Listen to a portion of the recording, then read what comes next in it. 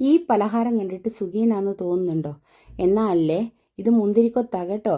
ട്രിവാൻഡ്രം സ്റ്റൈലിലെ മുന്തിരിക്കൊത്താ. നല്ല ടേസ്റ്റിയാ, അതുപോലെ ക്രിസ്പിയാ. ഇതിനകത്ത് മുന്തിരിയൊന്നുമില്ല, പക്ഷേ ഇതിൻ്റെ പേരങ്ങനെയാണ്. വളരെ കാലം കേടുകൂടാതെ നമുക്കിത് സൂക്ഷിച്ചു വെക്കാവേ. ഒരു കണ്ടെയ്നറിൽ അടച്ചു വെച്ച് കഴിഞ്ഞാൽ നമുക്കൊരു 10-30 ദിവസം അതുപോലെ തന്നെ ഇരുന്നോളും. നല്ല ക്രിസ്പിയായി ഇതിൻ്റെ പുറവേ.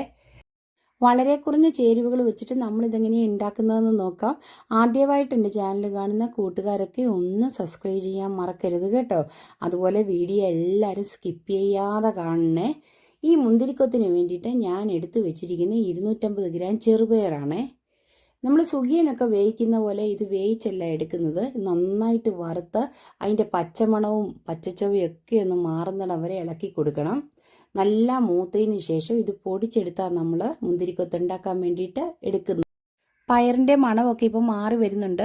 നല്ല സ്മെല്ല് വരും ഇത് മൂത്ത് കഴിയുമ്പോഴത്തേക്ക്. ആ പാകത്തിലാകുമ്പോൾ നമുക്ക് ഫ്ലെയിം ഓഫ് ചെയ്യാം. നല്ല ഹെൽത്തി ആയിട്ടുള്ളൊരു ഈവനിങ് സ്നാക്കായത് കേട്ടോ. നമുക്ക് ചായയുടെ കൂടെയൊക്കെ കട്ടൻ ചായയുടെ കൂടെയൊക്കെ കഴിക്കാൻ നല്ല ടേസ്റ്റാണേ. എല്ലാ കൂട്ടുകാരും ഉണ്ടാക്കാൻ അറിയത്തില്ലെങ്കിൽ ഇതൊന്ന് ട്രൈ ചെയ്ത് നോക്കിയിട്ട് നിങ്ങളുടെ വിലയേറിയ ഫീഡ്ബാക്കൊക്കെ അറിയിക്കണേ. ഇപ്പം നമ്മുടെ പയറിൻ്റെ കളറൊക്കെ മാറിയിട്ടുണ്ട്, നല്ല മൂത്തിട്ടുണ്ട്. ഇനി നമുക്കിത് ഓഫാക്കി മാറ്റി വയ്ക്കാം. അതിനുശേഷം ആറിക്കഴിഞ്ഞിട്ട് നമുക്ക് പൊടിച്ചെടുക്കാവേ. അതിന് മുമ്പായിട്ട് തന്നെ കുറച്ച് തേങ്ങ ഒന്ന് ഫ്രൈ ചെയ്തെടുക്കണം. അതിന് വേണ്ടിയിട്ട് നെയ്യാണ് എടുത്തിരിക്കുന്നത്. നെയ്യ് ചേർത്തതിന് ശേഷം ചിരവി വെച്ച് ഒരു മുറി തേങ്ങ ഇട്ട് കൊടുത്തിട്ടുണ്ട്. ഇനി ഇപ്പം തേങ്ങയൊന്ന് മൂത്ത് വരട്ടെ. തേങ്ങ നല്ല ബ്രൗൺ കളറായി കിട്ടണം. എന്നാൽ മാത്രമേ ഉള്ളൂ ഈ പലഹാരം ഉണ്ടാക്കി വെച്ചാൽ ഒരുപാട് നാൾ ചീത്തയാകാതെ ഇരിക്കത്തുള്ളേ. നമുക്ക് ഗോൾഡൻ ബ്രൗൺ ആകുന്നവരെ ഈ തേങ്ങയൊന്ന് വറുത്തെടുക്കാം. തേങ്ങയുടെ കളറ് മാറുമ്പോഴത്തേക്ക് ചെറിയ തീയിൽ തന്നെ ഇളക്കി കൊടുത്തേച്ചാൽ മതി. ഇപ്പോൾ വേറെ ഒന്നും നമ്മൾ ഇതിൻ്റെ കൂടെ ചേർക്കുന്നില്ല കേട്ടോ. ഇങ്ങനെ ഡ്രൈ ആയിട്ടുള്ള ചേരുവകൾ ചേർത്താൽ മാത്രമേ ഉള്ളൂ കുറേ നാൾ ഇത് സൂക്ഷിച്ചു വെക്കാൻ പറ്റുള്ളേ. ഈ സമയത്ത് കുറച്ച് ശർക്കരപ്പാനിയും കൂടെ ഞാൻ ഉരുക്കി വെക്കുന്നുണ്ട്. ഇനി നമുക്ക് ഇതിന് വേണ്ടിയിട്ട് പൊരിക്കാനുള്ള മാവ് റെഡിയാക്കി എടുക്കാം. അതിന് വേണ്ടിയിട്ട് 250 ഗ്രാം അരിപ്പൊടിയാണ് എടുത്തിരിക്കുന്നത്. മൈദപ്പൊടി ഒരു അര കപ്പ് എടുക്കാം, അല്ലെങ്കിൽ ഗോതമ്പ് പൊടി എടുത്താലും മതി. ഞാൻ ഗോതമ്പ് പൊടിയാണ് എടുത്തിരിക്കുന്നത്. കുറച്ച് ഹെൽത്തി ആയിക്കോട്ടെ എന്ന് കണ്ട ഗോതമ്പ് പൊടി എടുത്തിരിക്കുന്നത്. നിങ്ങൾക്ക് മൈദ വേണേൽ എടുക്കാം. പിന്നെ ഒരു 1/4 കപ്പ് കോൺഫ്ലവറും ചേർത്തിട്ടുണ്ട്.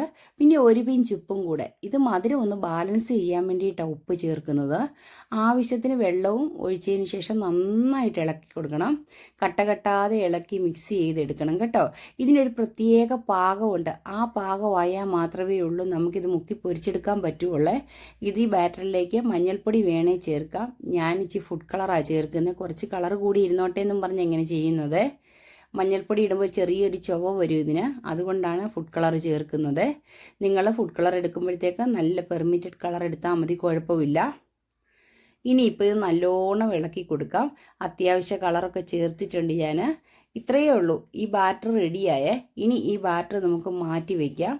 ഇതൊരു 10 മിനിറ്റ് അവിടെ ഇരിക്കട്ടെ. ആ സമയത്ത് ബാക്കിയുള്ള ചേരുവകളും കൂടി നമുക്ക് റെഡിയാക്കി എടുക്കാവേ. ഇതിൻ്റെ ബാറ്റർ എടുക്കുമ്പോഴത്തേക്ക് പ്രത്യേകം ശ്രദ്ധിക്കണമെന്ന് പറഞ്ഞത്, സാധാരണ നമ്മൾ പഴംപൊരിക്കൊക്കെ ഉണ്ടാക്കുന്നത് പോലെ സുഖിയൻ ഉണ്ടാക്കുന്ന മാവ് പോലെ കട്ടിക്കല്ല എടുക്കുന്നത് കേട്ടോ. ഇതൊന്ന് കൈകൊണ്ട് കുത്തി നോക്കുമ്പോഴത്തേക്ക് നമ്മുടെ കൈ പിടിച്ചു ഇരിക്കണം. എന്നാൽ ഇറ്റിറ്റ് വീഴുന്ന ആ പാകമാണ്. ഇങ്ങനെ കണ്ടൻസൻസി കറക്റ്റായിട്ട് കിട്ടിയാൽ മാത്രമേ ഉള്ളൂ നമുക്ക് ഓരോ ബോൾ വിടുമ്പോൾ നല്ല ക്രിസ്പി ആയിട്ട് ഉണ്ടാക്കിയെടുക്കാൻ പറ്റുന്നത്. ഒരുപാട് മാവൊന്നും വേണ്ട കേട്ടോ. ഇനി അടുത്ത സ്റ്റെപ്പ്, നന്നായിട്ട് ചെറുപയർ ആറിയിട്ടുണ്ട്, അതൊന്ന് തരിതരിപ്പായിട്ട് പൊടിച്ചെടുക്കണം. അതിൻ്റെ കൂടെ ഞാൻ ഒരു 3 ഏലക്കയും കൂടി ചേർക്കുന്നുണ്ട്. ഒരുപാടൊന്നും വേണ്ട, കുറച്ച് ഫ്ലേവറിന് വേണ്ടിയിട്ടാണ്. ഇത് പൊടിക്കുമ്പോൾ ഫൈനായിട്ട് പൊടിക്കില്ല, നല്ല തരിതരിപ്പായിട്ട് തന്നെ വേണേ. ഇനിയിപ്പം അതിൻ്റെ കൂടെ ആ വറുത്ത് വെച്ചിരിക്കുന്ന തേങ്ങയും കൂടി ചേർത്ത് കൊടുക്കാം. ഈ തേങ്ങയും ചേർത്ത് കൊടുത്തതിന് ശേഷം ഇത് നല്ലോണം ഒന്ന് മിക്സ് ചെയ്യണം. അതിന് ശേഷം വേണം നമുക്ക് ശർക്കരപ്പാനി ചേർക്കാൻ.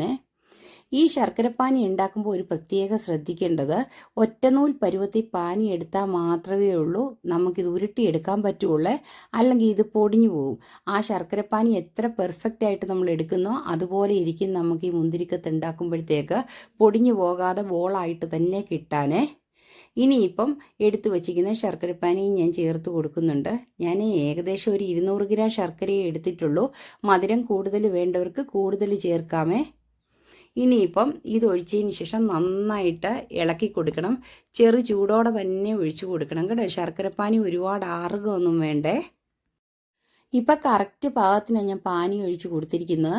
നല്ലോണം ഇളക്കി കൊടുക്കുന്നുണ്ട്. ഇനി കൈകൊണ്ടൊന്ന് ഇളക്കി കൊടുത്താലും മതി. ചെറിയ ചൂടേ ഉള്ളേ, ഒത്തിരി ചൂടൊന്നുമില്ല, അതുകൊണ്ട് സാരമില്ല. ഇനിയിപ്പം നല്ല മിക്സ് ചെയ്ത് ഒരു 5 മിനിറ്റ് വെക്കണം. അതിന് ശേഷമാണ് ബോളാക്കി എടുക്കേണ്ടത്. ഇപ്പം കണ്ടില്ല, നമ്മൾ ഉരുട്ടിയെടുക്കാൻ പാകത്തിന് കിട്ടിയിട്ടുണ്ട്. അത് ഇനി ഓരോ ബോളാക്കി എടുത്ത് നമുക്ക് മാറ്റി വയ്ക്കാവേ. സുഖിയൻ എടുക്കുന്ന പോലെ വലിയതായിട്ടൊന്നും എടുക്കണ്ട. നമുക്ക് ചെറിയ ബോളായിട്ടാണ് ഈ മുന്തിരിക്കൊത്തിന് ഉണ്ടാക്കാൻ എടുക്കുന്നത്. ഈ മുന്തിരിക്കൊത്തുണ്ടല്ലോ, നല്ല ടേസ്റ്റാണ് കേട്ടോ. സുഖിയൻ കഴിക്കുന്ന പോലെ ഒന്നുമല്ല, നമ്മൾ കടിക്കുമ്പോൾ നല്ല ക്രിസ്പി ആയിട്ട് പൊടിഞ്ഞു പൊടിഞ്ഞു വരുവേ.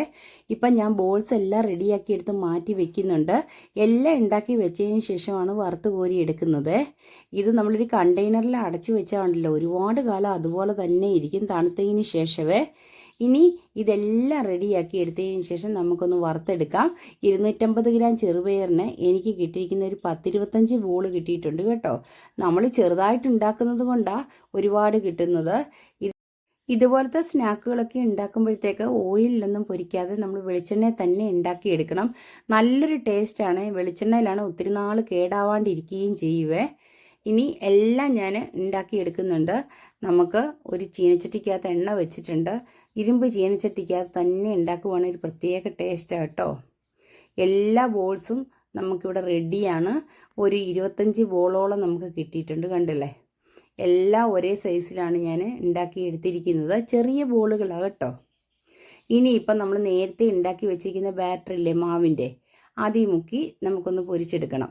ഇത് മുക്കി എടുക്കുമ്പോഴത്തേക്ക് ശ്രദ്ധിക്കണം, ഒരുപാട് കട്ടിയാവരുത്. നമ്മൾ ജസ്റ്റ് ഒന്ന് ഡിപ്പ് ചെയ്ത് എടുക്കാവുള്ളൂ. ഇനി ഓരോന്നും എണ്ണയ്ക്കകത്തിട്ട് കൊടുക്കാം. ഇത് പുറം നല്ല ക്രിസ്പിയായി കിട്ടാൻ വേണ്ടിയിട്ടാണ് നമ്മൾ കുറച്ച് മാവി മാത്രം മുക്കുന്നത്. മറ്റേ കട്ടിയുള്ള മാവൊക്കെയാണ് സുഖിയൻ്റെ പുറം പോലെ ആയി പോകും. ഇത് നമുക്ക് ഒത്തിരി നാൾ സൂക്ഷിച്ച് വെക്കാനുള്ളതല്ലേ. ഇനി എല്ലാം ഇതുപോലെ തന്നെ മുക്കി എണ്ണയ്ക്കകത്തിട്ട് വറുത്തെടുക്കാം. ചെറിയ തീ 2 മിനിറ്റ് മൂത്തതിന് ശേഷം നമുക്കിതൊന്ന് തിരിച്ചിട്ട് കൊടുക്കാം. എണ്ണ കുടിക്കാതെ തന്നെയാണ് നമുക്കിത് കിട്ടേണ്ടത്. അതുകൊണ്ട് ഒരു സൈഡ് മൂത്താൽ മാത്രം മറ്റേ സൈഡ് മറിച്ചിടാവുള്ളൂ, അല്ലെങ്കിൽ വേഗത്തിൽ മാവെല്ലാം വിട്ടു പോവുവേ. ഇപ്പം ഞാൻ എല്ലാം എണ്ണയ്ക്കകത്തിട്ട് കൊടുക്കുന്നുണ്ട്. ഇനിയിപ്പം അടി പിടിക്കാത്ത ഒരു ചീനച്ചട്ടി തന്നെ എടുക്കണം കേട്ടോ, എന്നാലേ നമുക്കിത് നന്നായിട്ട് ഉണ്ടാക്കിയെടുക്കാൻ പറ്റത്തുള്ളൂ. ഇപ്പോൾ ഒരു സൈഡ് മൂത്ത് വന്നപ്പോൾ ഞാൻ മറിച്ചിട്ട് കൊടുത്തിട്ടുണ്ടായിരുന്നു. 2 സൈഡ് നല്ലോണം മൂപ്പിച്ചെടുത്തിട്ടുണ്ട്. നല്ല കരികരായിരിക്കുന്നത്. ഇനിയിപ്പം എണ്ണയിൽ നിന്ന് മാറ്റാം. ബാക്കിയുള്ളത് നമുക്ക് ഇതുപോലെ തന്നെ ഉണ്ടാക്കിയെടുക്കാവേ. അതിൻ്റെ കളറ് കണ്ടോ, നല്ല രസമാണ് കേട്ടോ. അതുപോലെ കഴിക്കാനും ആ കളറ് പോലെ തന്നെ ഒട്ടും കരിഞ്ഞൊന്നും പോയിട്ടില്ല. എന്നാൽ ഇച്ചിരി നേരം സുഖിയ മൂക്കുന്നതിനെക്കാട്ടി കുറച്ചുകൂടി നേരം എണ്ണയ്ക്കകത്തിട്ട് മൂപ്പിക്കണേ. നല്ല ക്രിസ്പി ആകാൻ വേണ്ടിയിട്ടാണ് നമ്മളങ്ങനെ ചെയ്യുന്നത്. ഇനിയിപ്പോൾ അങ്ങനെ അറിയത്തില്ലാത്തവർക്ക് രണ്ടാമത് എടുത്തിട്ടാണ് വീണ്ടും ഒന്ന് എണ്ണയ്ക്കകത്തിട്ട് കൊടുത്തേച്ചാൽ മതി കേട്ടോ. നല്ല തിളച്ച എണ്ണയെ വേണം ഇട്ട് കൊടുക്കാൻ. ആദ്യം ഒരു പ്രാവശ്യം നമ്മൾ കോരി എടുത്തതിന് ശേഷം രണ്ടാമത്. ഇപ്പം നല്ല ക്രിസ്പിയായ മുന്തിരിക്കൊത്ത് റെഡി ആയിട്ടുണ്ട്. ഇതുപോലെ ഡ്രൈ ആയിട്ട് എടുക്കുന്ന മുന്തിരിക്കൊത്തെ 1 മാസമല്ല 2 മാസം വേണേലും കേടുകൂടാതെ ഒരു കണ്ടെയ്നറിനകത്ത് ഇരുന്നോളും. ഇനിയിപ്പോൾ വിദേശത്തൊക്കെ ആൾക്കാർക്ക് കൊടുത്തു വിടണമെങ്കിൽ ഉണ്ടല്ലോ, ഇതൊന്ന് ട്രൈ ചെയ്ത് നോക്കി ഉണ്ടാക്കി കൊടുത്തു വിടാം. എത്ര നാൾ വേണേലും അഴുക്കാകാത്തത് കൊണ്ട് നമുക്ക് ധൈര്യമായിട്ട് ഇത് കൊടുത്തു വിടാൻ പറ്റുവേ. ഇപ്പം എല്ലാം റെഡി ആയിട്ടുണ്ട്. എൻ്റെ ഈ വീഡിയോ എല്ലാ കൂട്ടുകാർക്കും ഇഷ്ടപ്പെട്ടെങ്കിൽ എല്ലാവരും ഒന്നുകൂടി പറയുക, ഈ ചാനൽ ആദ്യമായിട്ട് കാണുന്നവരാണെ ഒന്ന് സബ്സ്ക്രൈബ് ചെയ്യാൻ മറക്കരുത് കേട്ടോ. ഇനി ഞാൻ എൻ്റെ ചാനലിൽ വേറൊരു വീഡിയോയുമായിട്ട് വരുന്നതായിരിക്കും. നെക്സ്റ്റ് വീഡിയോയിൽ കാണുന്നത് വരെ okay bye. Thanks for watching.